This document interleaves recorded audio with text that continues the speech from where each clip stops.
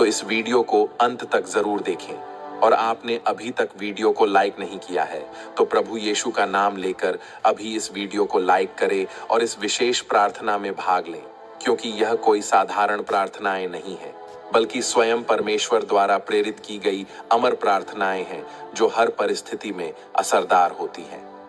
जब हम बाइबल के पुराने और नए नियम को ध्यान से पढ़ते हैं तो हमें ऐसी कई घटनाएं मिलती हैं जहां प्रभु यीशु ने खुद अपने शिष्यों को प्रार्थना सिखाई है।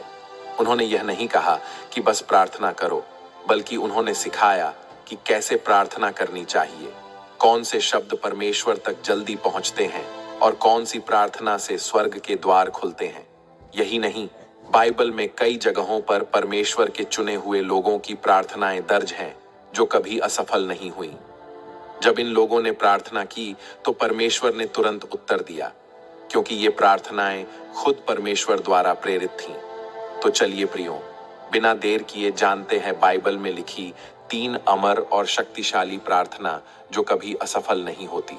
बाइबल में वर्णित सबसे पहली अमर प्रार्थना है प्रभु यीशु द्वारा दी गई स्वर्गीय पिता की प्रार्थना। प्रियो, यह प्रार्थना स्वयं प्रभु यीशु ने अपने शिष्यों को बताई है। एक दिन यीशु एक जगह प्रार्थना कर रहे थे।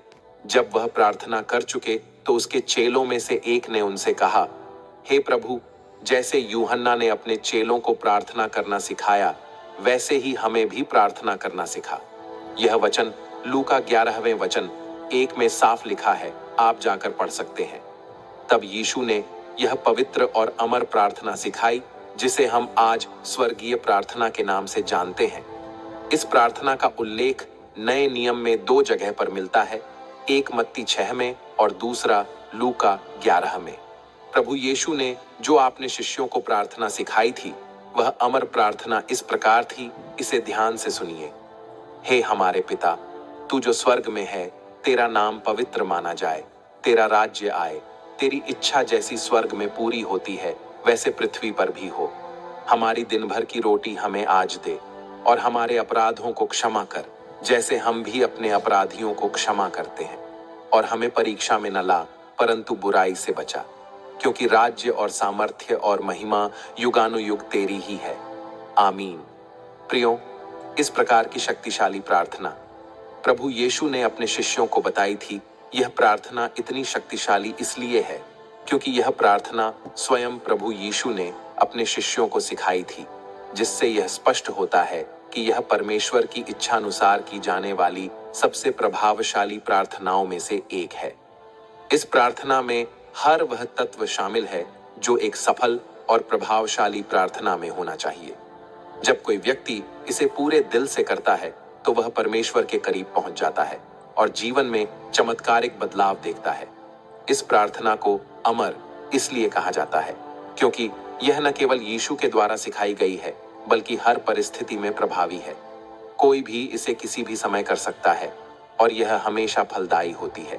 अब जानते हैं बाइबल में लिखी दूसरी अमर प्रार्थना। दूसरी अमर प्रार्थना है याबेज की प्रार्थना।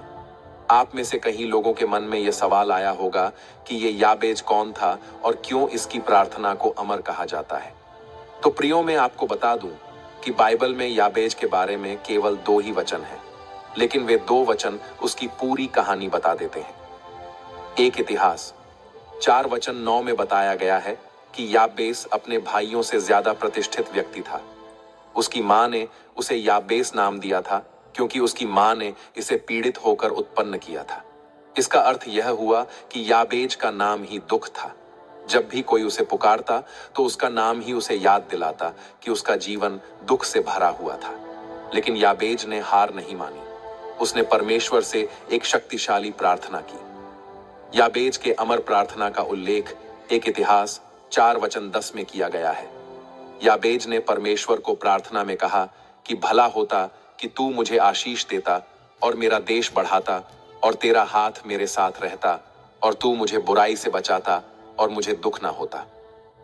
प्रियो, याबेज की यह प्रार्थना इतनी शक्तिशाली थी कि परमेश्वर ने उसकी प्रार्थना तुरंत स्वीकार कर ली।